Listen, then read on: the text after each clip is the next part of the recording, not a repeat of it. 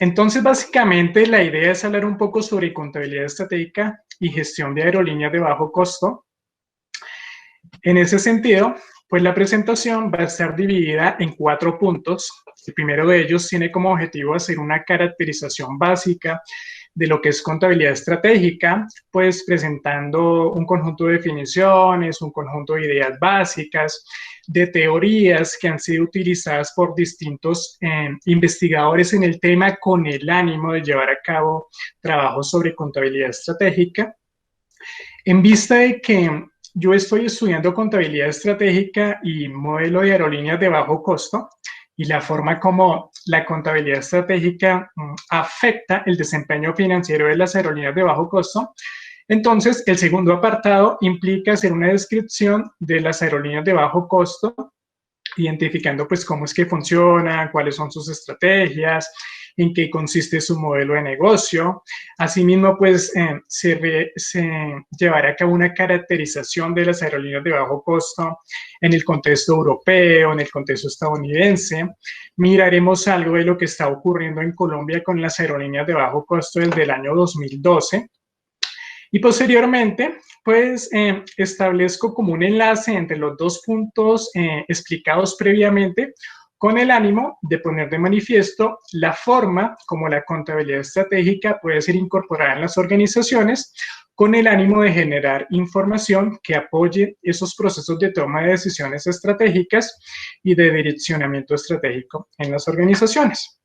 Si tenemos un poco de tiempo, pues me gustaría compartir algunas gráficas que salieron aproximadamente hace 2 semanas, que ponen de manifiesto la forma como el COVID-19 pues, ha afectado la industria aérea. Muy bien, así que empecemos. Listo. Allí tengo que advertir una cosita, y es que pues yo estoy estudiando en inglés, y ese es el motivo por el cual la información va a estar combinada en español y en inglés. Sin embargo, yo voy a hablar todo el tiempo en inglés y espero pues ser muy preciso para ayudar a comprender los distintos conceptos y la distinta información que está incorporada a lo largo de la presentación. Entonces, el término en el español se puede entender como contabilidad estratégica. Sin embargo, en el inglés, que es el idioma en el cual está la mayor parte de información ligada al tema, pues la expresión es Strategic Management Accounting, ¿sí? Y entonces por eso, pues digamos, quise incorporarlo allí. Bien, en primer lugar voy a empezar con una línea de tiempo para contextualizar un poco cómo es que se llega a la contabilidad estratégica. Entonces, cuando hablamos de contabilidad estratégica, estamos haciendo referencia a información de la contabilidad interna de las organizaciones, una información que no es de carácter público y que tiene como objetivo rendir unas cuentas sobre cómo es que los recursos circulan a nivel interno en las organizaciones. En ese sentido, pues la contabilidad de costos se puede ubicar como un punto en el cual empezó a tomar mayor importancia en la época en la cual comenzó la revolución industrial, debido a que el uso de las máquinas implica unos aumentos en los niveles de productividad y en los niveles de inventarios que era necesario que fueran medidos por parte de la contabilidad. De esta manera, cuando comienza a tener relevancia la contabilidad de costos, básicamente existían 3 necesidades de información al respecto. Una era indagar sobre cuáles eran los componentes del costo. Pues actualmente ya sabemos que son materia prima directa, mano de obra directa, costos indirectos de fabricación, servicios contratados. En segundo lugar, una de las preocupaciones era calcular los costos, es decir, de qué manera puedo obtener el costo de los bienes fabricados o de los servicios prestados. Y asimismo, pues se desarrollan algunos sistemas de costos, los 2 sistemas de costos básicos, que son costos por órdenes de producción y costos por procesos. Estos autores que hacen referencia a ese recorrido histórico, pues tienen algunas pequeñas divergencias, motivo por el cual plantea allí el rango que ellos, digamos, establecen entre los años 1920 y 1940. Desde 1920-40 hasta los 80, se empieza a hablar entonces de contabilidad de gestión. Y en contabilidad de gestión, pues ya hay un conjunto de prácticas que tienen como objetivo apoyar los procesos de toma de decisiones en las organizaciones, principalmente a partir de información generada a nivel interno. En ese sentido, pues las técnicas que servían para esa finalidad, pues eran los presupuestos, costo directo, costo estándar, costo, volumen, utilidad, costeo relevante, entre otras. Inclusive se desarrolló el sistema de costeo basado en actividades y la gestión basada en actividades. Entonces, ante la pregunta, ¿qué ocurrió para que pasáramos de una contabilidad de costos a una contabilidad de gestión? Básicamente lo que ocurrió es que se buscaba que esa información de la contabilidad interna permitiera apoyar los procesos de toma de decisiones derivado de información generada a nivel interno. Bien, entonces, tres funciones clave que se buscaba apoyar con información eran las actividades de planeación, control y toma de decisiones. Y pues aquí sí hay un consenso en que en la década de los 80, pues digamos, se presentan los últimos desarrollos en términos de contabilidad de gestión. Bien. Posteriormente, en 1981 se empiezan a llevar a cabo publicaciones para divulgar conceptos ligados a la contabilidad estratégica, empezando con la publicación de Kenneth Simons, un profesor británico, quien fue el primero que definió en este año el término contabilidad estratégica, y por eso es muy común que en la literatura este autor sea identificado como el padre de la contabilidad estratégica. Y entonces, la primera publicación sobre contabilidad estratégica se presenta en 1981. Actualmente, pues digamos, ese es como el tema que se está trabajando. Y algunos otros profesores británicos, como Bromwich y Biami, han planteado pues que esta contabilidad estratégica corresponde a una evolución natural de la contabilidad de gestión con el ánimo de seguir apoyando ese proceso de toma de decisiones. Esa contabilidad estratégica funciona o se operacionaliza en las organizaciones mediante la implementación de un conjunto de técnicas que ya posteriormente las vamos a mirar.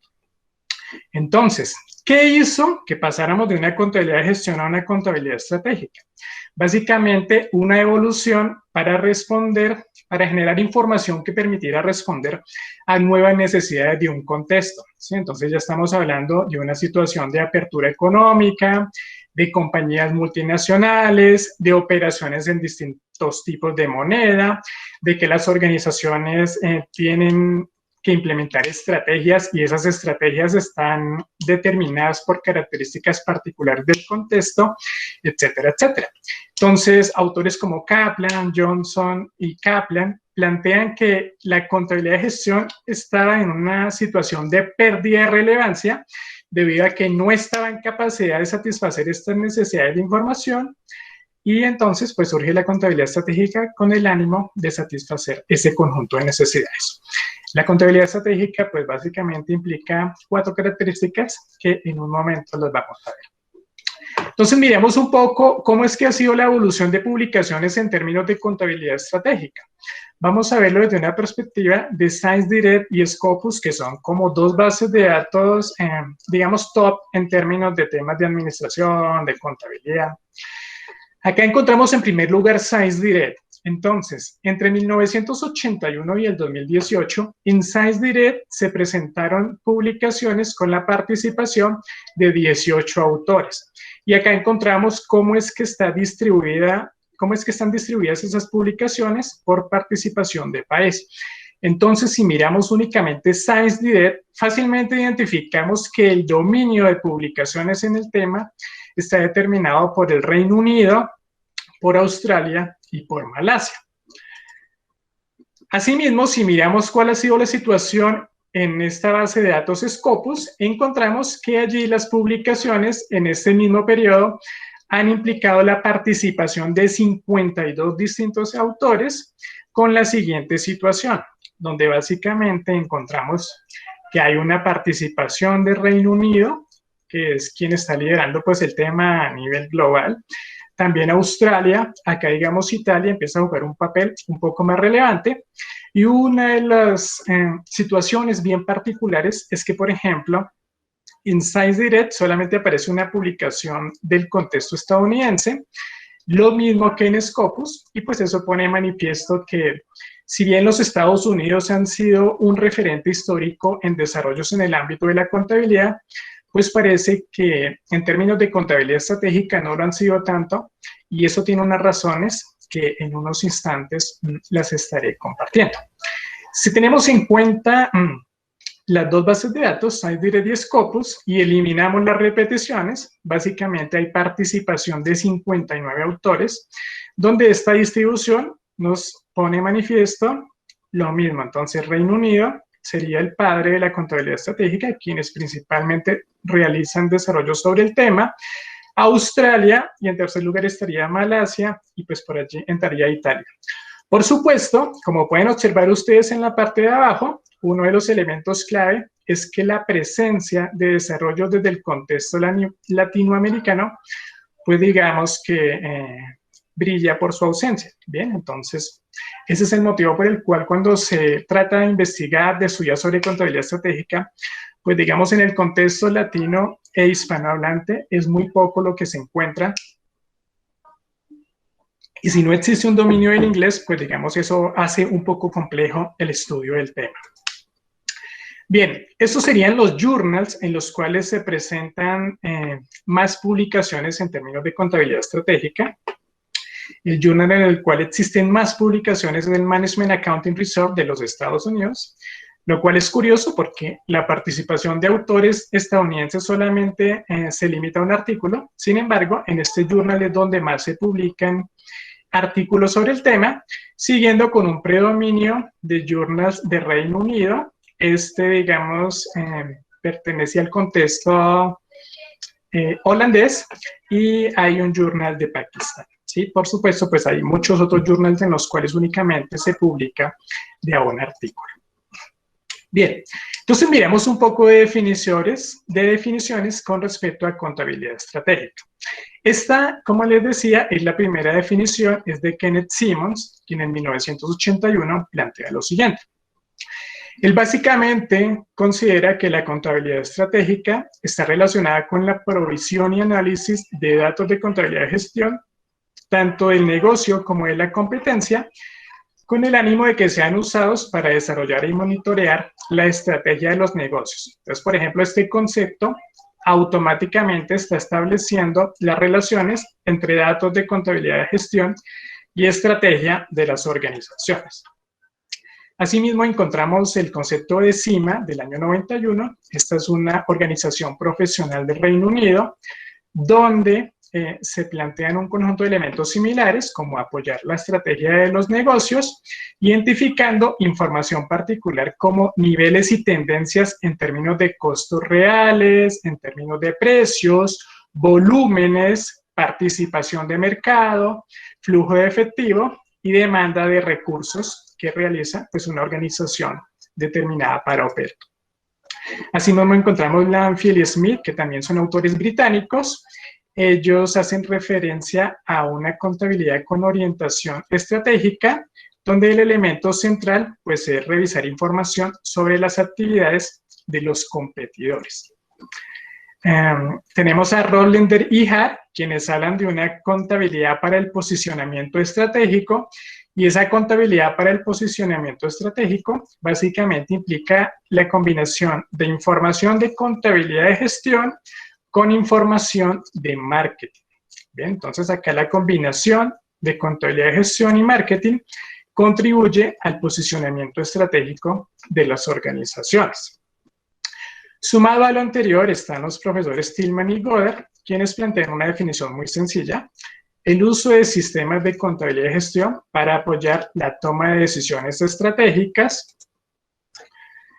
Y por último, bueno, hay bastantes definiciones acá. Por último, en términos de la presentación, el profesor británico Bromwich asocia el concepto de contabilidad estratégica con el análisis y provisión de información financiera ligada a un conjunto de factores clave como son el mercado de productos de la firma, los costos de los competidores, estructuras de costos y estrategias organizacionales. Bien. Y en ese sentido, pues digamos, el año anterior, en un artículo que fue publicado en un libro, yo desarrollé pues mi propia definición. Bien, entonces allí se puede entender la contabilidad estratégica como la recopilación, análisis, procesamiento y divulgación de información. Eso es fundamental. Si es estratégica, pues la idea es que apoya a los directivos en la gestión de las organizaciones, bien, en la definición y seguimiento de la estrategia organizacional, para enfrentar las demandas que esos cambios en el entorno plantean para las distintas compañías, dentro de las cuales se encuentran situaciones o factores como la competencia, la tecnología de la información y la comunicación, nuevos desarrollos tecnológicos en términos de producción, un mercado cambiante y pues digamos, si lo miramos en el contexto actual, altamente turbulento, un menor ciclo de vida de los productos, pues el mejor representante de esto es la tecnología, por supuesto, y ese tipo de información básicamente tiene que cumplir 4 requisitos para que permita aportar a esa gestión estratégica de las organizaciones. Esa información es principalmente de carácter externo, y esa es una debilidad que los autores que criticaron la contabilidad de gestión hacían con el ánimo de poner de manifiesto esa debilidad, que la contabilidad de gestión principalmente brindaba información de carácter interno y que lo externo se estaba dejando por un lado en un entorno de altos niveles de competencia. Hay predominio de información no financiera, hay por supuesto una combinación de financiera con no financiera. Esa información debería estar orientada al futuro y debería ser a largo plazo, ¿sí? Por lo menos esperaría que la información permitiera brindar pronósticos al menos durante los próximos 5 años. Y como esa información es de carácter externo, pues 2 aspectos son claves: el entorno de las organizaciones y la competencia. Bien, asimismo, en el 93, los profesores Wilson y Chua pues establecen unas diferencias entre contabilidad de gestión y contabilidad estratégica, que básicamente se sintetizan en estos 10 puntos. Pues miremos algunos de ellos. Entonces, la contabilidad de gestión principalmente brindaba información de carácter histórica, mientras que la contabilidad estratégica trata de construir pronósticos sobre cuál podría ser la situación futura. La contabilidad de gestión se refiere a información de una única entidad, y la contabilidad estratégica puede ser relativa, por ejemplo, a un sector que incorpora una amplia gama de organizaciones. Esta es de carácter interno, la estratégica es de carácter externo. La contabilidad de gestión está enfocada en la fabricación, la contabilidad estratégica está enfocada en el ámbito competitivo, es decir, en el entorno externo, y pues allá hay un conjunto de, digamos, divergencias entre estos 2 tipos de contabilidad que complementan como esa explicación para comprender esa evolución. Acá, en este punto, podemos sintetizar un conjunto de factores relacionados con el concepto de contabilidad estratégica, que básicamente se sintetizan en 3. Uno es ¿qué es la contabilidad estratégica? Entonces, ¿qué se puede sintetizar después de estudiar los distintos conceptos? En segundo lugar, ¿para qué sirve esa contabilidad estratégica? Y en tercer lugar, ¿qué tipo de información brinda? Entonces, con respecto a qué sería la contabilidad estratégica, se puede inferir que es un nuevo método o un nuevo enfoque o un campo emergente que tiene como objetivo la provisión y el análisis de información mediante la implementación de un conjunto de técnicas que recolectan datos y digamos que son también herramientas de apoyo. ¿Para qué sirve esa información? Básicamente para apoyar el desarrollo y monitoreo de la estrategia de las organizaciones y de manera general para alcanzar una ventaja competitiva en la industria en la cual la compañía opera. Y estos serían los tipos de información que apoyarían ese direccionamiento estratégico de las organizaciones y que la contabilidad estratégica estaría en capacidad de suplir, dentro de las cuales se encuentra información, por ejemplo, con respecto a la estrategia de las organizaciones, información sobre los competidores, sobre el mercado de productos, sobre estructuras de costos, tanto propias como externas, y ahorita veremos eso en el caso de Ryanair, sobre precios, volúmenes de ventas, participación de mercado, flujos de efectivo, entre otras cosas. Bien, entonces, por supuesto, a partir de esta gráfica y estos factores relacionados, pues uno fácilmente puede construir su propia definición de lo que es contabilidad estratégica, partiendo de qué es, para qué y qué tipo de información se puede obtener de la misma. Bien. Y ahora miremos cuáles son esas técnicas de contabilidad estratégica, que básicamente son 16. Entonces, esas técnicas de contabilidad estratégica, estos autores, Cades y Gilding, en su trabajo del 2008, las han clasificado en estos 5 criterios. Entonces, hay unas relacionadas con costos, con planeación, control y medición del desempeño, toma de decisiones estratégicas, contabilidad del competidor y contabilidad del cliente. Y entonces esas técnicas son las siguientes. Bien, por ejemplo, en el curso de contabilidad estratégica en la Universidad Nacional, pues en la maestría en contabilidad y finanzas, en la primera sesión yo le pregunto a los estudiantes, bueno, ¿cuántas técnicas de estas conocen? Y normalmente no pasa de 2, ¿listo? Sin embargo, hay que tener en cuenta una cosita.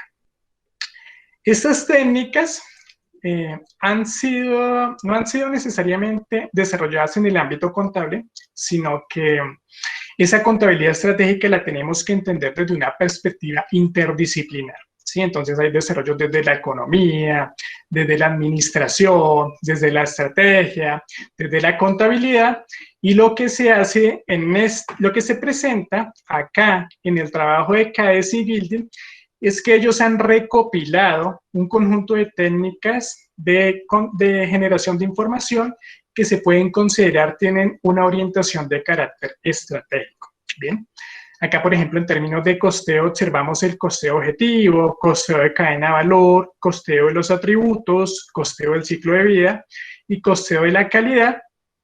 Y estas 5 técnicas son fundamentales para comprender lo que ha ocurrido en los Estados Unidos. Entonces, ¿qué ocurrió en los Estados Unidos? En los Estados Unidos básicamente no se hablaba a fines de los 80, inicios de los 90, con los profesores Chan y Govindarajan, no se hablaba de contabilidad estratégica, sino de gestión estratégica de costos. Y esa gestión estratégica de costos incorporaba estas técnicas acá relacionadas con el costeo. Bien, pero entonces sabemos que en el 97 se presentó la crisis de los tigres asiáticos, en el 91 se presentó la crisis de las punto coma, incluida Enron, por ejemplo, y en ese sentido, en el contexto estadounidense se desarrolla la ley Sarbanes-Oxley y los intereses se centran en estudiar mecanismos para fortalecer el control interno y la contabilidad de gestión pues se deja un poco a un lado, ¿sí? Entonces, en el año 2006, el profesor Chan escribió un artículo en el cual dice, bueno, yo estaba muy motivado, en el 89 empecé a estudiar el tema, en el 93 escribí mi libro, en el 98 seguí presentando desarrollos, sin embargo, pues el tema en Estados Unidos decayó, las prácticas no fueron implementadas altamente en las organizaciones, el enfoque cambió principalmente hacia el control interno y eso hizo que, por ejemplo, journals de carácter profesional sobre los temas de contabilidad estratégica pues desaparecieron.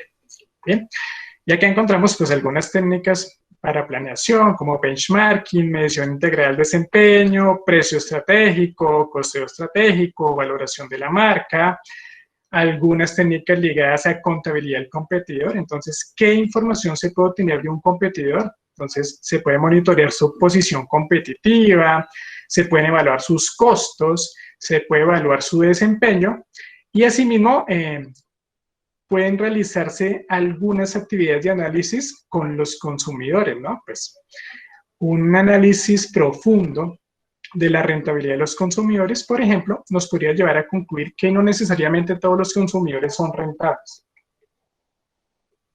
Y el objetivo de estas técnicas de contabilidad del consumidor, pues es poner de manifiesto eso, por supuesto, en términos monetarios.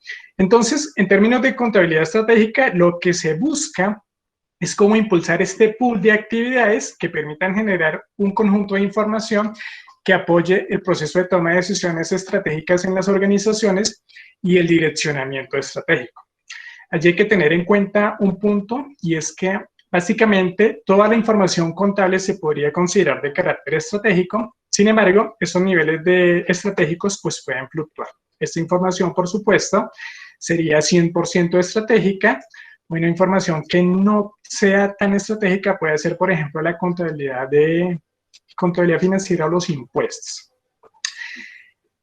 Existen un conjunto de teorías que se han utilizado para investigar en términos de contabilidad estratégica, ¿sí? Aproximadamente unas 15 teorías. Sin embargo, estas que aparecen acá son las más utilizadas. Una de las teorías es la teoría de la contingencia. ¿Qué establece la teoría de la contingencia? Básicamente, su principal premisa implica que en términos de contabilidad de gestión no puede existir una solución universal única para todos los problemas en todas las organizaciones, sino que por el contrario, en cada caso específico surgen un conjunto de factores contingentes que deben ser tenidos en cuenta. ¿Sí? Entonces, uno, por ejemplo, analiza una compañía, puede encontrar unas particularidades desde una perspectiva política, desde una perspectiva económica, social, tecnológica, ambiental, legal, etcétera, etcétera. Y esos factores afectan, digamos, la forma como esas prácticas de contabilidad estratégica, pues, digamos, son estudiadas, son incorporadas en las organizaciones, son entendidas, etcétera, etcétera.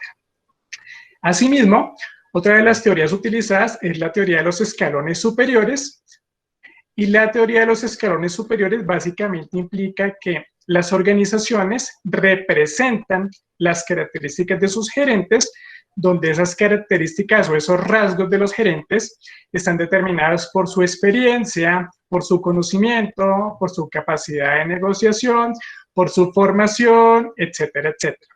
¿Listo?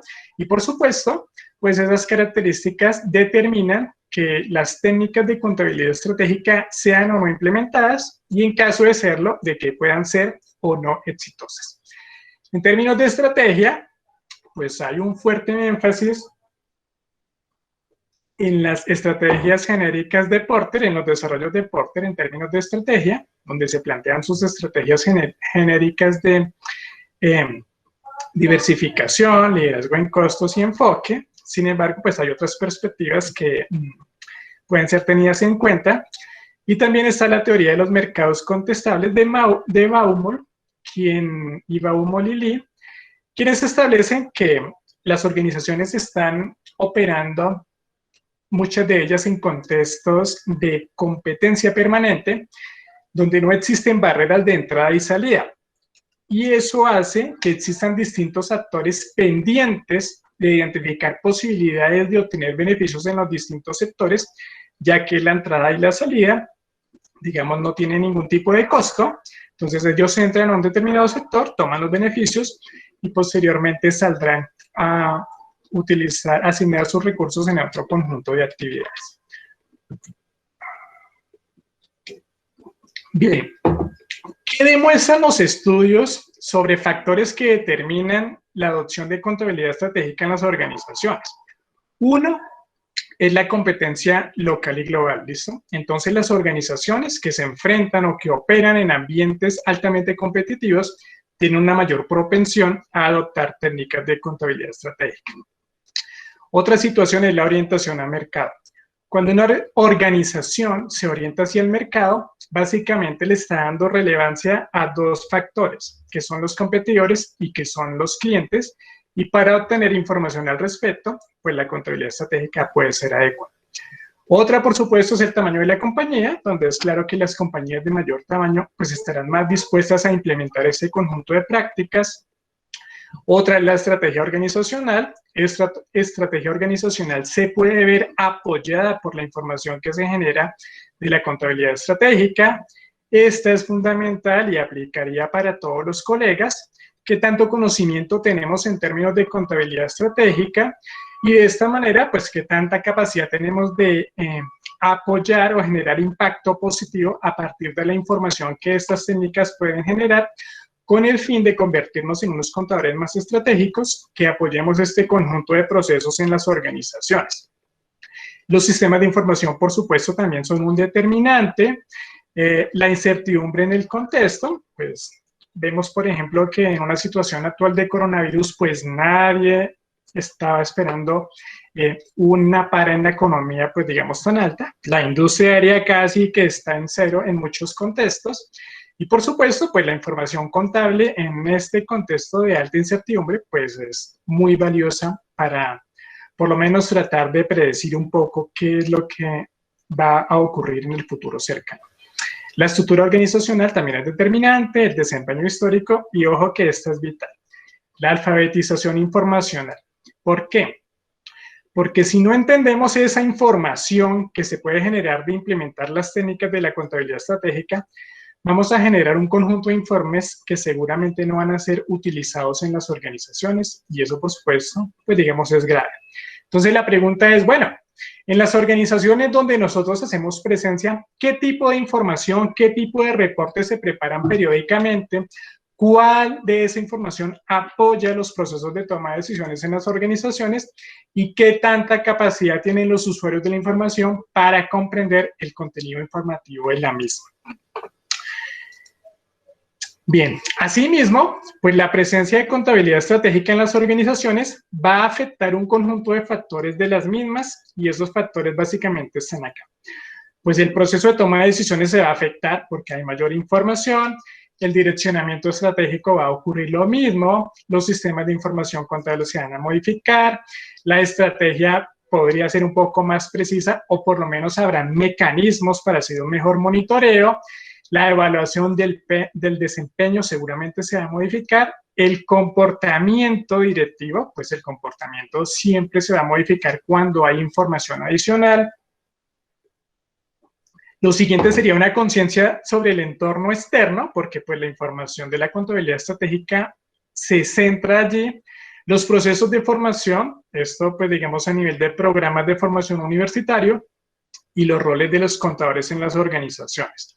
De hecho, KS y Gilding encuentran que uno de los efectos que tiene la contabilidad estratégica sobre el rol de los contadores en las organizaciones es que permite que los contadores sean parte activa en ese proceso de direccionamiento estratégico y de toma de decisiones organizacionales. Acá nos vimos para atrás. Sí. Y por supuesto, pues este es un tema que no es ajeno a controversias. Entonces, algunos autores han planteado controversias como las que están allí expuestas. La primera es que no existe consenso con respecto al significado de la contabilidad estratégica. Sin embargo, se pueden identificar un conjunto de elementos mínimos y lo mismo uno podría decir de la estrategia. No existe un consenso sobre la estrategia, pero con un conjunto de características mínimas uno puede comprender en qué consiste. Hay bajos niveles de implementación en las organizaciones, bien, entonces el nivel de implementación de contabilidad estratégica no es muy alto, y asimismo hay poca investigación empírica sobre el tema. En mi caso particular, pues yo voy a tratar de hacer una investigación empírica en aerolíneas de bajo costo para determinar si las prácticas han sido implementadas o no, qué tipo de impacto puedan tener, etcétera, etcétera.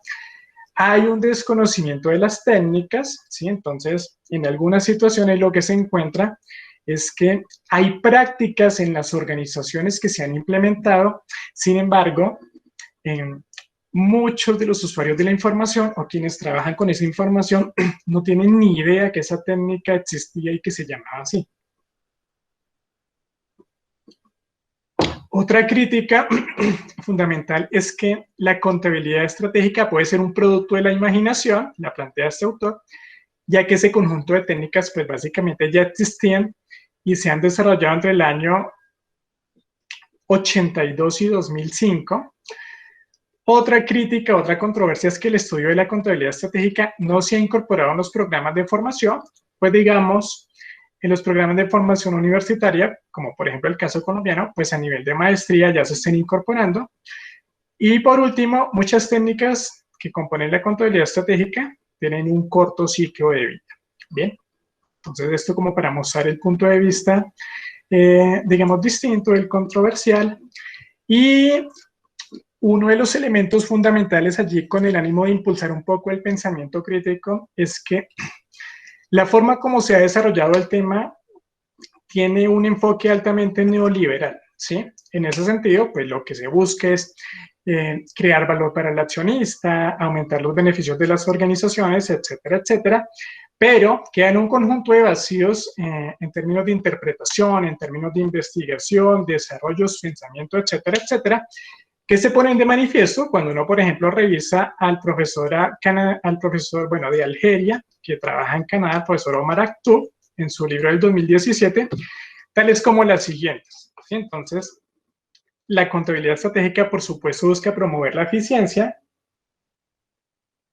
pero no nos dice mucho sobre qué se puede entender por eficiencia en entornos como el cultural, como conocimiento, salud, educación, vivienda, alimentación, y sin duda que desde una perspectiva crítica, estas son demandas que se le pueden hacer a la contabilidad estratégica y había que trabajar en ese sentido.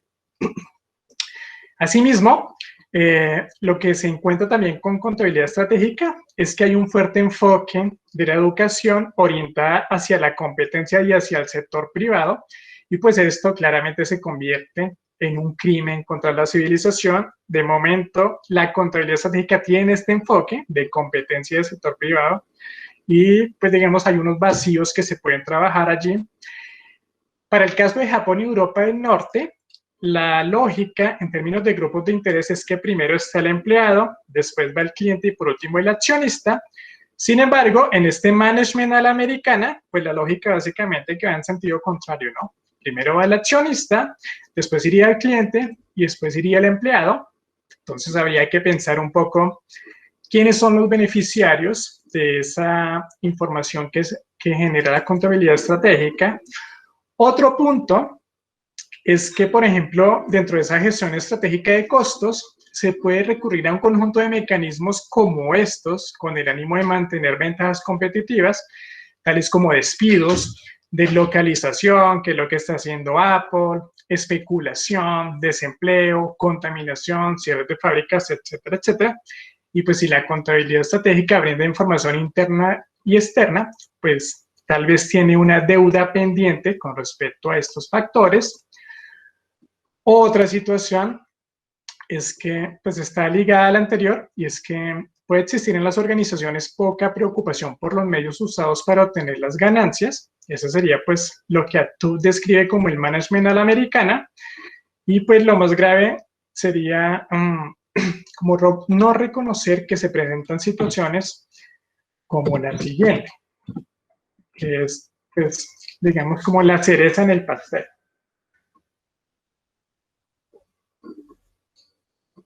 Bien, entonces Aktub, recurriendo a René Dumont y Dominique Strauss, plantea que bajo ese management a la americana y bajo la situación actual, cómo funcionan las organizaciones, los mercados, etcétera, etcétera, bajo una lógica de capitalismo financiero, rozamos los crímenes contra la humanidad porque llenamos el tanque del automóvil de los ricos con el contenido del plato de los pobres. Bien. Entonces, esa partecita última era más como generar reflexiones que nos inviten a quienes tenemos la oportunidad de estudiar sobre el tema de contabilidad estratégica, pues mirar un conjunto de perspectivas diferentes, principalmente ligadas a enfoques críticos. Muy bien, ahora miremos qué pasa con la industria aérea, particularmente con las aerolíneas de bajo costo. Entonces, esta puede ser una de las láminas más interesantes de esta presentación, ya que, por ejemplo, cuando uno compra un tiquete, en este caso se analiza un tiquete de Bogotá a Miami y el precio es de $220. Sin embargo, pues no existe mucho conocimiento sobre qué incorporan esos $220. Y acá básicamente eso está discriminado. Entonces, cargos domésticos, esto sería para el caso colombiano, el 38,9% de estos 220 son de cargos domésticos, el 15% son de cargos internacionales, y eso nos lleva a la siguiente situación. De esos 220, el precio del tiquete solamente es el 45,3%, mientras que en impuestos y cargos se va casi el 55%, ¿sí? Entonces, por ejemplo, en Bogotá, pues uno paga por utilizar el aeropuerto, le paga unas regalías a OPAI, quienes tienen la concesión, paga un IVA, pues acá digamos aparece un IVA del 9,5%, pues conforme a otros documentos ese IVA es del 19%. Se pagan unos impuestos de salida de $27, que equivalen a un 12%, y en el caso del lugar de llegada, que sería Miami, se estarían pagando estos valores, ¿sí? Pues digamos aduana, inmigración, transporte, etcétera, etcétera. Entonces, esta situación es la que pone de manifiesto que la industria aérea opera en un contexto que puede que no sea tan competitivo. Y eso es una crítica común en la que coinciden los directivos de las aerolíneas en Colombia. Y ya veremos ahorita el deshonroso lugar en el cual se encuentra el país en términos de competitividad, particularmente en este sentido. Esta gráfica, que es de la Organización Internacional de la Aviación Civil del año 2016, pues tiene como objetivo poner de manifiesto cómo se ha presentado un crecimiento continuo del tráfico aéreo en términos de billones de pasajeros, ¿sí? Y esta lineecita pues nos muestra la tendencia, la línea clarita la tendencia, la línea azul el comportamiento real, donde podemos identificar que a pesar de que se presentó una crisis del petróleo en los 70s, una guerra Irán-Irak, una crisis del Golfo, una crisis asiática, los ataques terroristas del 11 de septiembre, una pandemia previa que fue el SARS y la recesión mundial de la crisis subprime, pues básicamente la industria aérea se mantuvo en niveles de crecimiento positivos, mantuvo la tendencia, esto hasta el año 2015, y en el año 2020 llega el COVID y por supuesto rompe con esta tendencia creciente. Acá encontramos cuál es el valor de la industria de las aerolíneas a nivel global en términos de billones, cómo fue el comportamiento en estos 5 años, y lo fundamental básicamente es poner atención a esto. Estas fueron las tasas de crecimiento que se presentaron y esas tasas de crecimiento son vitales porque ponen de manifiesto que el valor de la industria aérea en el tiempo ha tenido aumentos positivos que están por encima del crecimiento de las economías, tanto a nivel, digamos, individual como a nivel global. Y este es uno de los principales incentivos que tienen los inversionistas para precisamente invertir en esa industria aérea. Entonces acá vemos esto en términos de valor monetario, en billones de dólares y de euros. Y ahora vemos la situación en términos de pasajeros. Entonces, básicamente, esto está expresado en billones, o sea, esto habría que multiplicarlo por 1000. Básicamente, se presenta un aumento en la tendencia, ¿bien? Y el 2013 al 2017 manteníamos una tendencia creciente. ¿Bien? Ahora miremos cuáles eran los pronósticos. En términos de pasajeros, el pronóstico del 2017 al 2022 era, pues en términos porcentuales, un poco menor. Sí, anteriormente veíamos 6, 7. Acá ya vemos algo más prudente, tipo 4. Y en el 2020, la expectativa era un crecimiento de 4,9% en términos de pasajeros. Pero sin duda, es claro que esta industria no va a tener en términos de pasajeros crecimiento, sino decrecimiento. Entonces, seguramente para que en el 2020 pues, se va a presentar como una caída fuerte y miraremos cuánto tiempo se demora la industria en recuperarse. En IATA dicen más o menos 6 años. Y acá tenemos el pronóstico en términos de valor de la industria. Entonces también se mantenían unos pronósticos de crecimiento positivo. Para el año 2020 el estimado era un crecimiento del 6,7%. Nuevamente ya se sabe que eso va a ser negativo. Y seguramente las expectativas o los pronósticos posteriores también tendrán que ser objeto de algún tipo de ajuste. Bien, ¿cómo está distribuida la industria aérea geográficamente? Entonces, básicamente, está distribuida de la siguiente manera. La industria aérea a nivel global se divide en 6 regiones. Bien, la región dominante es Asia-Pacífico, sigue Estados Unidos y sigue Europa. Sí, allí básicamente se concentra casi el 85% de la industria aérea a nivel global. El 8% está en Oriente Medio y el resto del mundo implica 7% que incorpora o agrega África y Latinoamérica. Bien. Acá hay una gráfica que nos habla sobre los tipos de modelos de aerolíneas que existen. Bien, entonces, unas son las aerolíneas charter, ¿sí? Entonces, los vuelos charter, por ejemplo, si la Selección Colombia tiene un partido en Buenos Aires, pues seguramente contratará un vuelo charter. Aerolíneas regionales. Entonces, las aerolíneas regionales son aerolíneas que comunican ciudades secundarias. El ejemplo en Colombia sería el trabajo que hacen Satena EasyFly. Dejémoslas bajo costo de últimas. Aerolíneas full service, que son las aerolíneas en las cuales al momento de adquirir el tiquete, uno realmente lo que está comprando es un paquete. Entonces, tú compras el tiquete, puedes hacer el check-in en el aeropuerto, te incorpora una maleta, te dan comida en el avión, etcétera, etcétera. Y por último, aerolíneas de bajo costo. Entonces, las aerolíneas de bajo costo, si vemos este cambio en crecimiento que se ha presentado entre el periodo 2013 y 2016, pues las aerolíneas de bajo costo han tenido un crecimiento brutal. O sea, han crecido casi 4 veces lo que han crecido las full service. Bien, y esa es una de las razones por las cuales, pues ese modelo de aerolíneas de bajo costo vale la pena estudiarlo. Bien, en la industria aérea de manera específica hay un conjunto de factores que determinan sus estrategias y los niveles de competitividad que están representados por este conjunto de variables. ¿Sí? Entonces, así rápidamente las menciono. Uno serían las tarifas, las frecuencias. Ahora, por ejemplo, uno encuentra que diariamente, bueno, antes del COVID, diariamente entre Bogotá y Medellín circulaban 33 vuelos diarios.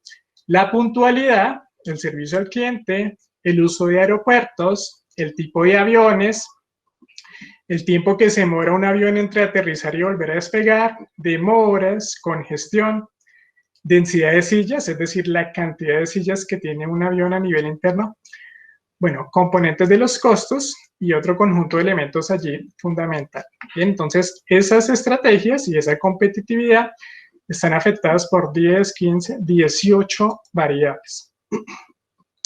Y entramos ahora sí a las aerolíneas de bajo costo.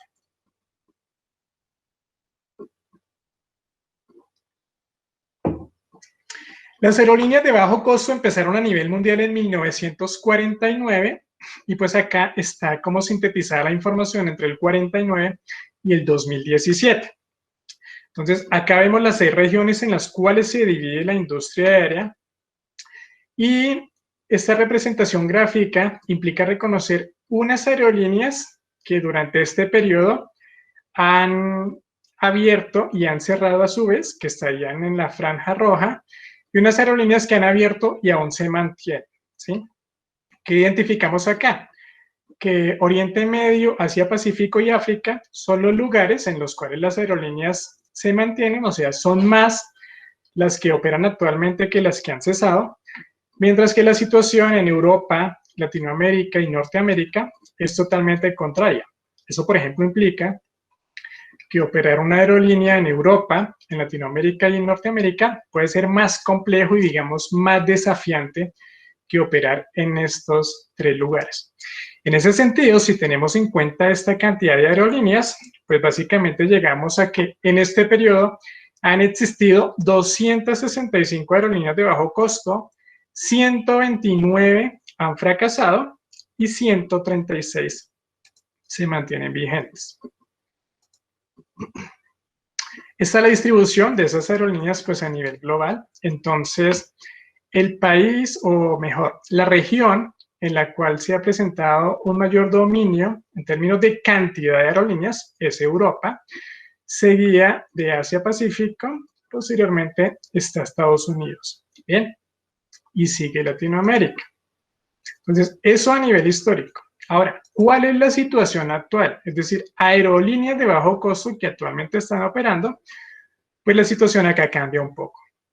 Entonces vemos que el jugador dominante con casi la mitad del mercado de aerolíneas de bajo costo es Asia-Pacífico, seguido de Europa y posteriormente Estados Unidos. Latinoamérica allí pues tiene un 7% con 10 aerolíneas que operan en la actualidad. Bien, y ahora miramos un poco de esas aerolíneas.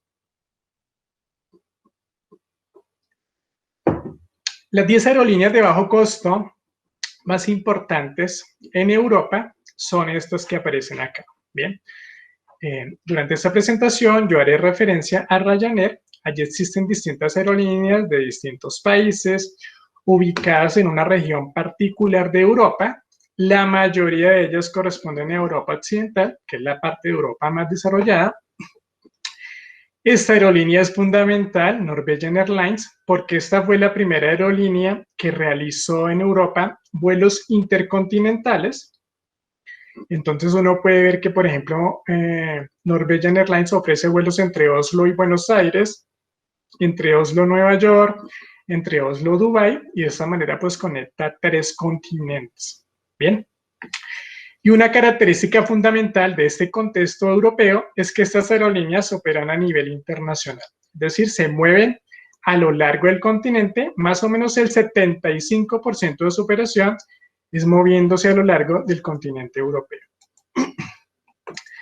Por otro lado, tenemos las 10 aerolíneas de bajo costo más importantes de Norteamérica. Norteamérica abarca 3 países, que son Estados Unidos, Canadá y México. Entonces, México hace parte de Norteamérica dentro de esta clasificación de aerolíneas.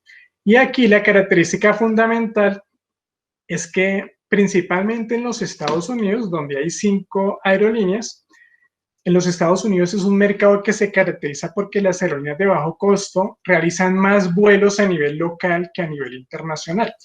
Entonces, estas aerolíneas de bajo costo operan a nivel interno en Estados Unidos y a nivel internacional cubren algunas rutas con México, Canadá y con algunas de las islas del Caribe. Entonces, mientras que acá el 75% de los vuelos son internacionales, acá la situación es casi que inversa. 75% de los vuelos son nacionales.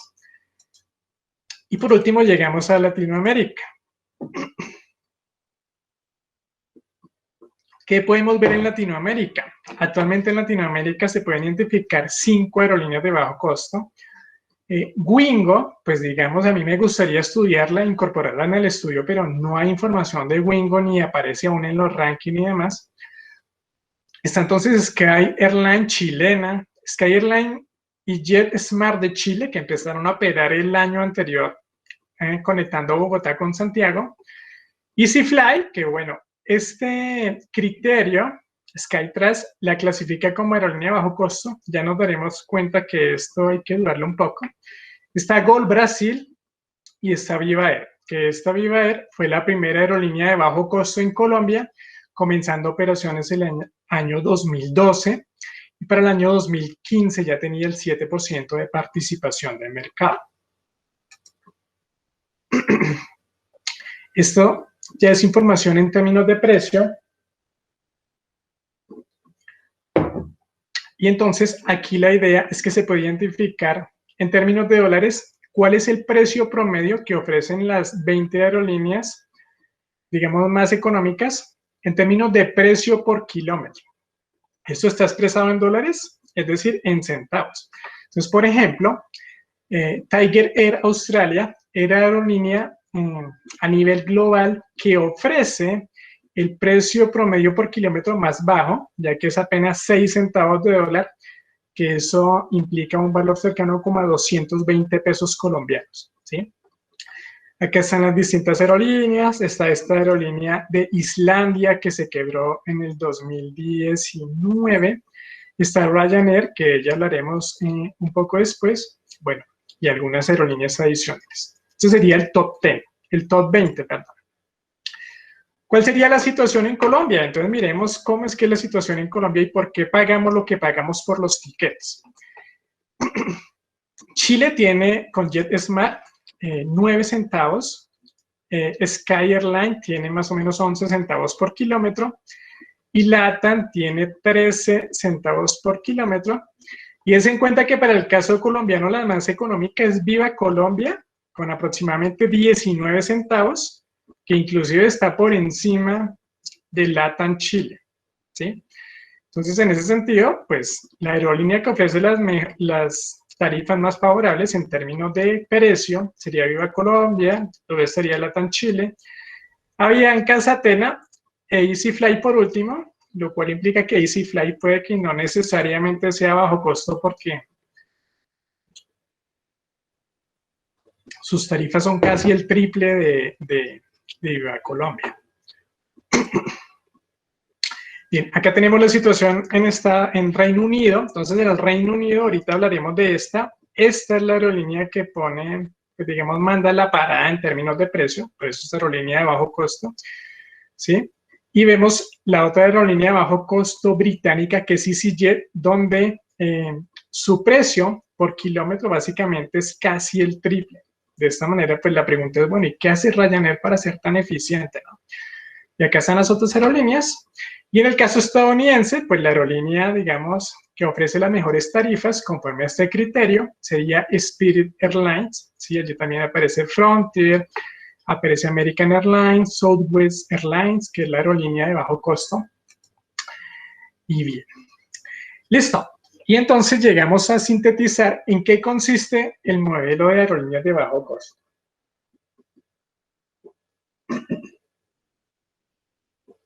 Bien, entonces conforme a Festa y Snow en el año 2018 y a Casadesus y Rican en el año 2010, un modelo de bajo costo, perdón, un modelo de negocios corresponde básicamente a una decisión gerencial que implica de qué manera se va a crear valor y de qué manera se va a distribuir valor. Bien, entonces uno de los modelos de negocio que existe es el modelo de bajo costo. Particularmente para las aerolíneas, ese modelo de bajo costo opera con las siguientes características. Entonces, ¿por qué las aerolíneas de bajo costo son tan eficientes? Y ojo que esto es vital. Acá estamos haciendo referencia a aerolíneas de bajo costo, pero este modelo de negocio de bajo costo, en un contexto como el colombiano, lo podemos encontrar en aerolíneas, lo podemos encontrar en supermercados donde existe De Uno, Justo y Bueno, Zara, lo podemos encontrar en café con tostado, lo podemos encontrar en ropa para hombre con Colore, que es la línea de bajo costo de Arturo Calle, lo podemos encontrar en restaurantes con alitas colombianas, ¿sí? Entonces la pregunta es, bueno, ¿qué tanto hay en términos de caracterización del modelo de bajo costo en Colombia? Pues no sé, habría que investigar un poco a ver qué se puede encontrar. Características de ese modelo particularmente para las aerolíneas de bajo costo. Una es que esas aerolíneas reservan los tiquetes por internet y por teléfono y no hacen uso de agencias de viajes. De esta manera se ahorran unas comisiones que van entre el 5 y 10%. ¿Qué hacen también las aerolíneas de bajo costo? Para tener una ventaja competitiva en términos de costos, operan en aeropuertos secundarios. Esta situación no es muy evidente en Colombia, donde la mayoría de las ciudades tienen un aeropuerto, pero en el caso estadounidense y europeo sí es, digamos, fácilmente identificable. Allí las aerolíneas de bajo costo operan en aeropuertos secundarios, que normalmente geográficamente están un poco más alejadas de las ciudades principales, pero para el caso de las aerolíneas les brinda un conjunto de ventajas en términos de las tarifas que el aeropuerto le cobra a las aerolíneas por operar allí. Otra característica son las bajas escalas salariales. Entonces, efectivamente, en las aerolíneas de bajo costo se van a pagar unos salarios un poco más bajos y lo que existen es un conjunto de incentivos a la productividad, como por ejemplo, cuando uno viaja en una aerolínea de bajo costo, al interior del vuelo le van a vender a uno alimentos, bebidas, elementos del duty free como lociones, ese tipo de cosas. Y el personal de cabina, la tripulación, puede recibir comisiones derivadas de esa productividad en términos de ventas en el vuelo. Otra característica de las aerolíneas de bajo costo es que solamente tienen un tipo de sillas, un tipo de clase, o sea, ¿sí? Business, economy class o turista, bien, ellos no tienen business ni primera clase, aunque con el paso del tiempo eso ha ido cambiando un poco y por ejemplo en Air Asia ya se pueden identificar primera clase inclusive. Las aerolíneas de bajo costo tienen un corto tiempo, aproximadamente 25 minutos entre aterrizar y volver a despegar. Y para eso es fundamental que los aeropuertos estén descongestionados, ya que tú llegas, todo el personal te va a estar atendiendo, desocupas el avión, vuelves y lo cargas, y despegas. Otra es la no asignación de sillas. Entonces, en Europa, por ejemplo, en Ryanair, en algunos vuelos, tú te subes al avión y coges la silla que quieras. Por supuesto, hay algunas personas que pagan unos valores adicionales para tener ese acceso al avión de manera prioritaria. Las aerolíneas de bajo costo no tienen ningún tipo de lujos, o sea, no hay business, no hay primera clase, no ofrecen absolutamente nada. Lo único que te ofrecen es una silla del punto A al punto B. Si se quiere tener acceso a un conjunto de beneficios como equipaje, como bebidas o comida al interior del avión, pues básicamente hay que pagar. Inclusive uno no puede hacer check-in en el aeropuerto porque te cobran, etcétera, etcétera. Estas aerolíneas no tienen conexión, entonces operan bajo una lógica point to point, ¿sí? Entonces tú te desplazas de la ciudad A a la ciudad B y listo, eso es todo. Mientras que, por ejemplo, si uno ve una persona que está, digamos, en San Andrés y quiere viajar a Pasto, lo más probable es que va a tener que hacer una escala en Bogotá porque el vuelo directo no existe. Bien. Utilizan un único tipo de aeronaves, entonces cuando uno, por ejemplo, mira la flota de LATAM o de Avianca, tienen más o menos 12, 13 tipos de aviones, mientras que las flotas, los aviones que utilizan las aerolíneas de bajo costo, se limitan a Airbus o a Boeing 737 y listo. Esto, por supuesto, les permite ser más eficientes en términos de costos de mantenimiento, de reparaciones, de capacitación de la tripulación, de disponibilidad de los pilotos, ya que pues cualquier piloto está en capacidad de volar el único avión con el cual cuenta la aerolínea. Las aerolíneas de bajo costo también tienen mayor cantidad de sillas adentro. Ese es el motivo por el cual, por ejemplo, los que tenemos las piernas un poco largas quedamos súper incómodos y con las rodillas pegadas a la silla del frente, porque esa es la lógica, que se incorporen más sillas al interior del avión con el ánimo de poder transportar más pasajeros y pues ser más eficiente. Y la otra situación pues es un alto nivel de utilización de los aviones. En promedio, una aerolínea como Avianca LATAM puede estar utilizando un avión por 7 horas, mientras que estas aerolíneas inclusive pueden tener unos promedios de 15 horas. ¿Listo? Y ya miremos un poco lo que les comentaba anteriormente con respecto al nivel de competitividad de la industria aérea colombiana en términos de tasas e impuestos. Este entonces es el reporte de competitividad global, año 2016-2017, elaborado por el Foro Económico Mundial. Se analizan 136 economías y en términos de tasas e impuestos de la industria aérea, Colombia queda en el deshonroso antepenúltimo lugar. En comparación con Chile, que tiene el tercer lugar, y por eso esa diferencia tarifaria entre Chile y Colombia que veíamos en alguna lámina anterior. Y asimismo, hay otros 3 criterios en los cuales puede que no estemos muy bien parados, como puede ser infraestructura terrestre y portuaria, ¿sí? 116 de 136, entorno de negocios 111 de 136, e impuestos y tasas aeroportuarias 134 de 136, que ya habíamos visto. En este sentido, las recomendaciones para la industria aérea colombiana que realiza la Asociación Internacional del Transporte Aéreo básicamente implican que se reduzcan las tasas y los impuestos de los tiquetes. Entonces, ellos dicen, por ejemplo, no tiene sentido que los impuestos en Colombia para los tiquetes sean tan altos, ya que el turismo opera principalmente como generador de tráfico y no como una actividad que directamente debería generar los ingresos para el Estado. Cuando empezó el COVID, entonces, el gobierno decidió que las tarifas de IVA las iba a reducir del 19 al 5%. Ojalá la mantuvieran así por siempre, lo cual parece un poco imposible. Otra situación es la infraestructura, porque la infraestructura aeroportuaria y, digamos, vial puede que no sea la mejor. Y hay un tercer elemento que está ligado con una regulación inteligente. Entonces, está bien que la industria sea regulada, pero hay que tener en cuenta cuáles son las tendencias internacionales que permiten que la industria sea, pues digamos, más competitiva. Entonces allí en el mismo reporte se plantean casos como, por ejemplo, que los impuestos en Colombia pueden incorporar $20 adicionales en un ticket a nivel nacional y 100 en un ticket a nivel internacional. Y se cita el caso de Cartagena. Entonces, en Cartagena, en el año 2015 se decidió reducir las tarifas aeroportuarias, pasaron de $92 a $38 y esa tarifa aeroportuaria para los vuelos internacionales pues implicó un crecimiento cercano al 40% en la cantidad de viajeros internacionales que llegan al aeropuerto Rafael Núñez. Muy bien, esta es una gráfica que nos muestra cuál es el ingreso neto que deja cada uno de los pasajeros por regiones. Para el año finalizado del 2018, las ganancias globales alcanzaron 34.000 millones de dólares.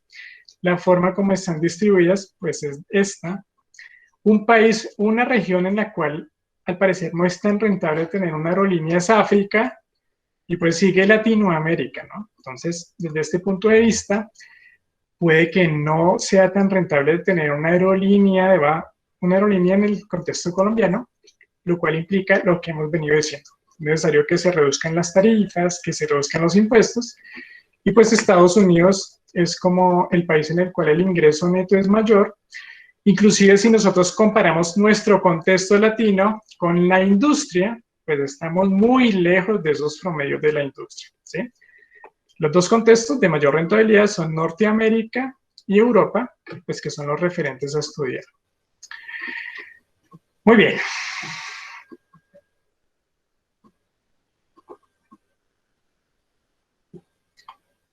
Ahora hablemos un poco de esas aplicaciones de contabilidad estratégica en las aerolíneas de bajo costo. Este es un antecedente que existe en el 2016 de un trabajo que Campa, Calemba y otros autores realizaron en España. Ellos básicamente querían evaluar no contabilidad estratégica, sino contabilidad de gestión. Pero de todas maneras, pues es de los antecedentes que existen en la industria. Ellos analizaron las prácticas de contabilidad de gestión y cómo habían sido incorporadas en estas 6 aerolíneas. Todas son españolas. Estas primeras 4 son full service. Estas 2 últimas son aerolíneas de bajo costo. Y básicamente las conclusiones son, o los hallazgos son los siguientes. Para todos los 6 casos, la información de la contabilidad de gestión es información que apoya el proceso de toma de decisiones. En 5 casos, la información de la contabilidad de gestión apoya la planeación y el control. En 5 casos, información para la compañía. Este criterio realmente no es muy claro, no lo entendí. En 3 casos, esa información apoya a los distintos grupos de interés. En 3 casos, apoya los cálculos y resultados por áreas de responsabilidad. Y por último, en un caso, proyectos de ahorro de costos. ¿Ven? Y básicamente eso es como de los pocos antecedentes que existen de trabajo sobre contabilidad de gestión en la industria aérea. Sin embargo, por supuesto, pueden existir más, pero de momento yo solamente he identificado este. Y en términos de contabilidad estratégica, no he identificado ninguno. Y entonces nos vamos con Ryanair. Ryanair es la aerolínea de bajo costo más grande de Europa por cantidad de pasajeros transportados, por el tamaño de la flota, es decir, la cantidad de aviones, por generación de ingresos, entre otras. Esa es una información que se puede obtener de Ryanair revisando su reporte anual al año 2019. Entonces, este reporte anual al año 2019 cubre el periodo 1 de abril 2018, 31 de marzo 2019. En ese periodo se transportaron alrededor de 151 millones de pasajeros. Esta aerolínea opera por día cerca de 2.400 vuelos. Opera en alrededor de 241 aeropuertos en Europa y África, particularmente Marruecos y Egipto. Opera en 40 países, tiene alrededor de 1.800 rutas, tiene una flota cercana a los 470 aviones, y es en cuenta la dimensión cuando uno, por ejemplo, se da cuenta que Wingo tiene 4 aviones y que Viva Air tiene 20 aviones para enfrentar la operación en Colombia y en Perú. Este para solo Europa, 470 aviones. Tenía un pedido de Boeing 737 de 210 aviones, pues seguramente esta operación tuvo que verse afectada. En promedio, un avión de estos tiene 189 sillas, mientras que el de una aerolínea como Avianca o LAN puede tener 162. Entonces esto les permite generar una eficiencia, mayor cantidad de pasajeros, más ingresos. La flota es relativamente joven, en promedio cada avión tiene una antigüedad de 6,5 años. Ryanair tiene un récord de que en 34 años operando, desde el año 85, no ha tenido ningún tipo de accidente. Nuevamente, tiene bases en 82 lugares que componen el continente europeo y África. Tiene alrededor de 19.000 empleados. Tenía estimaciones de que para el 2024 el tamaño de su flota fuera de 585 aviones, o sea, aumentando 115 aviones. Y una cantidad de clientes esperados para 2024 de 200 millones de pasajeros, o sea, estaba a 49 millones de pasajeros de lograrlo. Llegó el coronavirus y afecta todo esto. Acá vemos la cantidad de pasajeros de Ryanair transportados entre el periodo 2012 y el 2019, donde se observa una tendencia creciente, ¿bien? Y en términos del factor de carga, es decir, del 100% de las sillas del avión, ¿qué porcentaje están generando ingresos para la aerolínea? Esa aerolínea realmente tiene un factor de carga altísimo, lo cual pone de manifiesto un muy buen trabajo que tiene que estar haciendo el departamento de marketing y seguramente en términos de políticas de definición de tarifas y precios. Y acá podemos ver la tendencia creciente, es decir, en los últimos 4 años tenían una tendencia pues muy buena, casi cercana al 100%, que eso es un indicador buenísimo dentro de la industria, ya que cuando se miran aerolíneas como LAN, Avianca, ellos están alrededor del 70-75%. Entonces todo iba bien, pero bueno, todo iba bien. En ese reporte anual de Ryanair, uno puede identificar la estructura de costos de la organización. Esa estructura de costos está determinada por estas variables que representan esos costos. Acá tenemos la cuantía monetaria de las partidas para 31 de marzo del 19, 18 y 17. Y acá tenemos esa representación en términos porcentuales. Entonces, por ejemplo, para 31 de marzo del 2019, del 100% de los ingresos, el 87% correspondió a gastos operativos, a costos operacionales. De ese 87%, el más representativo fue el combustible para los 3 años, seguido por los cargos por usar el aeropuerto y por todo el manejo en tierra, seguido del costo de personal, posteriormente cargos ligados a la ruta, depreciación, marketing, distribución y otros. Distribución es la forma como se venden los tiquetes, mantenimiento, materiales, reparaciones y los aviones que tienen mediante la figura del leasing. Bien, entonces uno con esta información de Ryanair, por supuesto, pues puede hacer maravillas porque esa es la información de la aerolínea que tiene las mejores prácticas. Entonces, esta información tiene que ser muy valiosa para aerolíneas como Norwegian, como EasyJet, como AirBaltic, etcétera, etcétera, ya que te permiten hacer un benchmarking y tratar de identificar, bueno, digamos en términos de combustible, eso es algo relativamente difícil de manejar, pero en el caso de tarifas aeroportuarias y manejo de la operación en tierra, pues, ¿qué hace Ryanair, por ejemplo, para tener estos volúmenes? Y allí la pregunta es, bueno, ¿y qué podemos hacer nosotros? Por supuesto, para llegar a ese tipo de análisis, pues la información de la contabilidad estratégica es vital.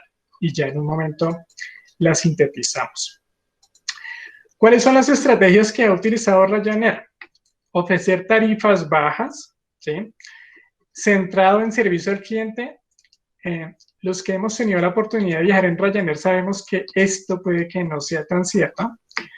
Vuelos frecuentes de punto a punto en rutas de corto recorrido. Bien, entonces uno de los elementos fundamentales es allí la frecuencia, y esa frecuencia principalmente aplica para rutas que tienen un alto nivel de demanda. En este caso, por ejemplo, Londres-Madrid o Londres-Dublín.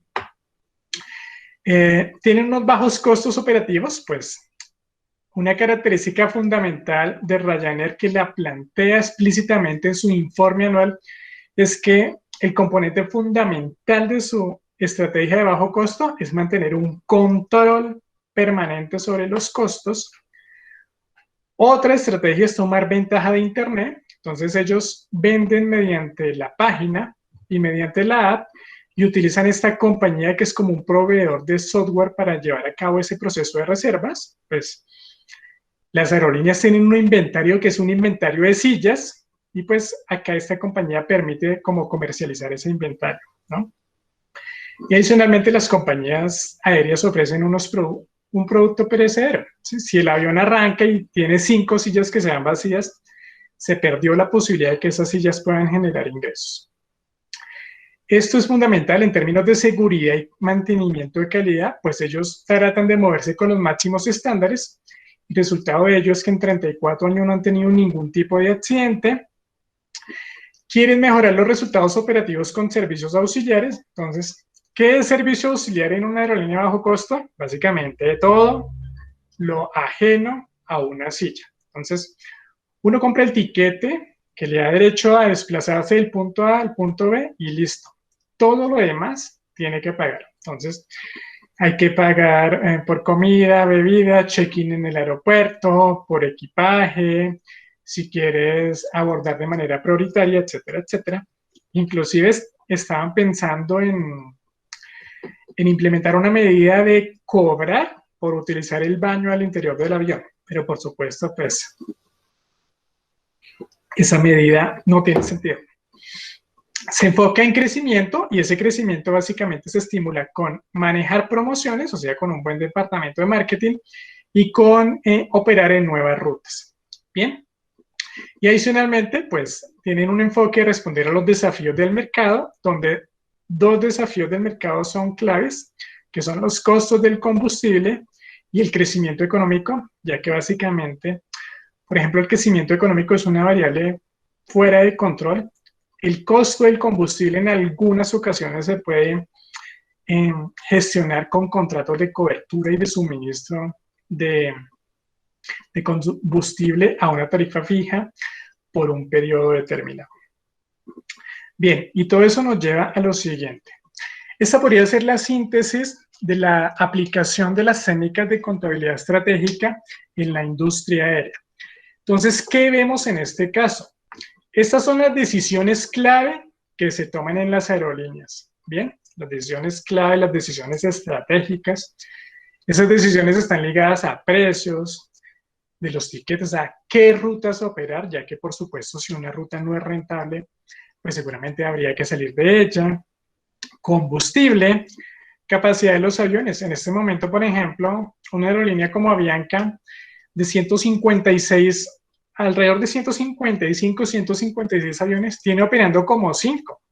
Entonces, va a ser muy difícil que de entrada ya empiece a operar con todos los aviones. Seguramente habría que pensar, bueno, ¿qué se puede hacer con esa capacidad adicional? Otra decisión clave es en términos de personal, de pilotos, de personal administrativo, pero eso principalmente es pilotos y personal de cabina. Otra decisión clave para una aerolínea es la frecuencia. Entonces, ¿qué tantos vuelos diarios puede ofrecer en una aerolínea como Wingo para conectar Bogotá, San Andrés, Bogotá, Panamá, Bogotá, Cuba? Otra decisión fundamental son los aeropuertos en los cuales ellos operan porque generan unos costos. Otra es el manejo en tierra. Entonces, cuando yo llego en un avión y aterrizo, pues hay un conjunto de funcionarios que me dan unas orientaciones, me llevan con un conjunto de señales hasta el punto donde hay que dejar a los pasajeros. Adicionalmente hay un personal que recoge las maletas, las lleva hasta la respectiva banda, carga las nuevas maletas, etcétera, etcétera. Todo es un manejo en tierra. Control de costos, que pues ellos tienen que controlar, su lógica es controlar costos de principio a fin. Hay decisiones fundamentales ligadas a marketing, ya que el departamento de marketing es el encargado de promocionar los vuelos, seguramente sacan promociones muy importantes con tiquetes que pueden tener un costo de 5 euros cuando quieren lanzar al mercado rutas nuevas. Y otra decisión fundamental es el outsourcing, ya que la mayoría de las actividades de Ryanair se realizan mediante outsourcing. Bien, entonces, la forma como las técnicas de contabilidad estratégica pueden apoyar ese proceso de toma de decisiones en las aerolíneas están acá representadas al frente de cada una de las decisiones clave. Y lo fundamental es tener en cuenta que esa contabilidad estratégica puede tener impactos en la gestión de las organizaciones, principalmente si esa incorporación de las técnicas se realiza de manera integral y si se entiende de manera integral la organización, implicando la interacción de distintas áreas o distintos departamentos a nivel interno. Entonces, por supuesto, pues las 16 técnicas no se van a utilizar de manera individual en alguna de estas decisiones, pero de manera agregada, allí se pueden ver las distintas aplicaciones. Entonces, por ejemplo, miremos esta de precios y sintetizamos unas cositas. Una decisión fundamental para las aerolíneas son los precios de los tiquetes. ¿Cuál es la tarifa que yo le voy a ofrecer a esos posibles pasajeros? Esas tarifas o esos precios dependen de los costos de los atributos, ¿sí? Entonces, una cosa es que un viajero quiera pagar solamente por el desplazamiento, otra cosa es que quiera pagar por bebida, alimentación, llevar equipaje adicional, etcétera, etcétera. Eso básicamente implica atributos de ese servicio de transporte que se está ofreciendo y la técnica de costeo de los atributos nos permite determinar cuál puede ser un costo básico de un tiquete y cuál puede ser el costo de cada uno de esos distintos servicios adicionales. Una técnica como, por ejemplo, precio estratégico. El precio estratégico puede ser fundamental principalmente porque las aerolíneas normalmente aplican políticas de discriminación de precios, ¿sí? Entonces, si miramos a Bianca, uno puede encontrar que tiene clase turista, business class y primera clase. Las aerolíneas de bajo costo no tienen ese tipo de clases, sin embargo, cuando ellas abren la venta de tiquetes de un vuelo determinado, las tarifas son muy bajas. Y a medida que se va cumpliendo con determinados topes, determinadas franjas, esas tarifas van aumentando hasta una situación en la cual, cuando está muy cercana a la fecha de despegue, el vuelo va a ser más costoso. Sin embargo, eso no ocurre siempre. Hay algunas situaciones en las cuales la fecha del vuelo se acerca y el vuelo tiene, por ejemplo, 30, 40% de las sillas disponibles. Ellos lo que hacen es hacer promociones con esas sillas para llamar la atención de posibles pasajeros. Bueno, costeo objetivo, que ese costeo objetivo básicamente implica determinar, bueno, estos son los precios que yo puedo ofrecer, este es el margen que quiero obtener, la diferencia me da el máximo costo en el cual puedo incurrir. Y esta sería la definición de costeo objetivo. El máximo costo en el que yo espero incurrir. Supongamos que yo máximo debo incurrir en un costo de 5 y resulta que hago el análisis y el costo objetivo me da 7, pues tengo que empezar a mirar, a moverme entre las distintas variables que componen ese costo para llevar esos costos a 5. Otro componente de los precios es el costo de la cadena de valor, ya que nuevamente en la industria aérea uno puede encontrar distintas actividades que componen esa cadena de valor. Dentro de esas podemos encontrar el transporte de pasajeros, el transporte de carga. Hay compañías como Lufthansa manejan toda la cadena de valor que implica transporte de pasajeros, transporte de carga, manejo en tierra, comida. Entonces Lufthansa tiene su propia compañía que le suple la comida para sus determinados vuelos. Sistemas de información para trabajar en manejar toda la información de las aerolíneas, hacer reservas, etcétera, etcétera. Otro eslabón de la cadena de valor es capacitación o entrenamiento tanto para el personal de cabina como para los pilotos. Y por último, mantenimiento. Entonces Lufthansa tiene su propia división de mantenimiento y de esta manera, pues, digamos, controlan toda la cadena de valor lo cual no necesariamente implica que sean más competitivos o que, digamos, el nivel de costos sea, el volumen de costos sea más eficiente. Bien, y pues así encontramos las distintas técnicas de contabilidad estratégica y cómo se pueden asociar con estas decisiones clave. Por supuesto, pues digamos, estudiar esto lleva tiempo. En el curso de contabilidad estratégica de la maestría, pues se toma uno todo el semestre para hacer el estudio de las distintas técnicas, se hacen ejemplos, aplicaciones prácticas, etcétera, etcétera.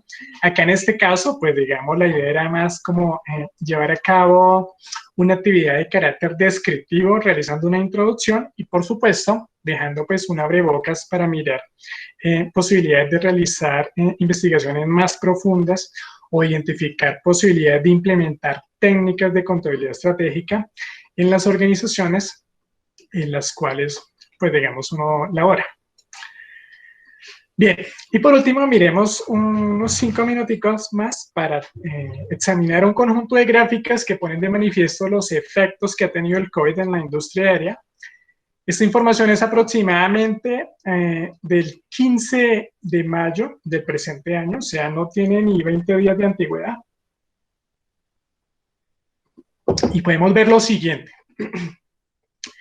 Esta tabla, digamos que esta matriz nos muestra la forma como se han afectado los vuelos programados de las aerolíneas en estos distintos contextos. Bien, entonces, la parte que está más roja se puede identificar que el parón fue casi total. O sea, acá, por ejemplo, hay una para, en el caso español, del 95%, ¿sí? Y uno encuentra pues allí la distinta información. Acá, por ejemplo, encontramos la caída más significativa. Acá encontramos agregado para enero, febrero, marzo, y el del 6 de abril está por semana. Entonces hay unas caídas superiores al 90% en algunos contextos. Sin embargo, uno, por ejemplo, observa que para el caso de Japón, la caída máxima fue del 48% y que para el caso de China, la caída máxima fue el 55%. Mientras que hay otros casos como Singapur tuvo una caída del 97% en la industria. Bien. Entonces, esto, por supuesto, implica un impacto brutal en las aerolíneas. Y el principal problema para las aerolíneas es que son un negocio que es intensivo en el uso de capital y ese capital, representado principalmente en los aviones, pues implica un conjunto de costos fijos que, independientemente de que el avión vuele o no vuele, se va a incurrir en los mismos. Y por supuesto, eso en una situación como la actual, en la cual las aerolíneas pues no están generando ingresos, lo que va a hacer es consumirse rápidamente el capital de la organización, es decir, principalmente representado en efectivo. Miramos esa situación representada en esta gráfica. La línea negra nos muestra la tendencia en términos de cantidad de vuelos, ¿sí? Esto es a nivel global, tomando semanalmente desde el 6 de enero hasta el 11 de mayo. Esta era la tendencia, pues la principal caída se presentó en la semana del 16 de mayo, más o menos hasta el 13 de abril. ¿Listo? Entonces acá hay una tendencia fuerte, des en cuenta este hueco. Recuperar este hueco para una aerolínea a bajo costo va a ser brutal. Seguramente para muchas de las organizaciones en las cuales ustedes laboran va a ocurrir una situación similar. Esta sería la situación que pasa en España, ¿sí? Y en Italia, pues acá el comportamiento casi que es similar. Dos de los países que fueron más afectados por el COVID en el contexto europeo. Esta sería la situación en Alemania. Entonces, la semana anterior ya el gobierno alemán aceptó realizar una inyección de capital cercana a los 9.600 millones de dólares, lo cual la convierte en el accionista mayoritario de Lufthansa, en este caso particular. Y acá tenemos Reino Unido. Entonces, digamos que el patrón de comportamiento pues es relativamente similar, siendo estos países cuya afectación ha sido bastante representativa. Y acá tenemos, pues digamos, el caso de los países asiáticos, que fue pues donde empezó como toda esta situación. también tenemos Estados Unidos. Hong Kong ha tenido una afectación bastante representativa y pues de momento no muestra señales de recuperación. La afectación en Japón ha sido pues tal vez no tan fuerte como estas otras diferencias que encontramos en otros contextos.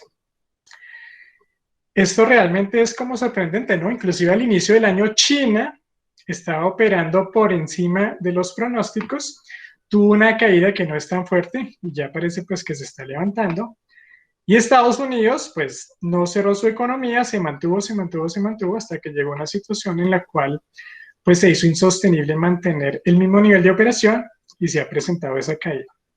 Inclusive antes de empezar la conferencia, leía que Estados Unidos va a cerrar la entrada a Estados Unidos, Trump va a cerrar la entrada a Estados Unidos de vuelos provenientes de China, de compañías chinas, ya que China no está permitiendo que las aerolíneas estadounidenses operen allí, y en común ellos tienen 325 vuelos que operan semanalmente para conectar China con Estados Unidos. Bien, ¿cómo se viajará en el futuro cercano? Estas son las prácticas que están siendo recomendadas por la Asociación Internacional de Transporte Aéreo. Así que seguramente por lo menos este año esta va a ser la situación. Viajar con máscaras o tapabocas, distancia al menos de 1,5 metros, una limpieza permanente del área de pasajeros, los aviones con antibacterial y gel. Las personas tienen que acostumbrarse a llevar sus propios libros y audífonos, ya que eso no va a ser suministrado en los aviones. Se eliminará el material publicitario, o sea, las revistas, ya eso no va a existir. Los miembros de la tripulación van a tener tapabocas y guantes todo el tiempo y van a reducir la cantidad de interacción con los pasajeros.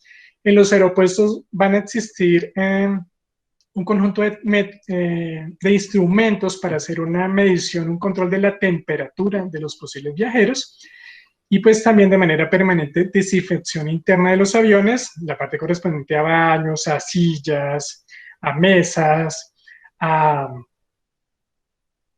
guardaequipaje, entre otros. ¿Qué vendrá para las aerolíneas de bajo costo? Entonces, esto casi que puede ser general para la industria.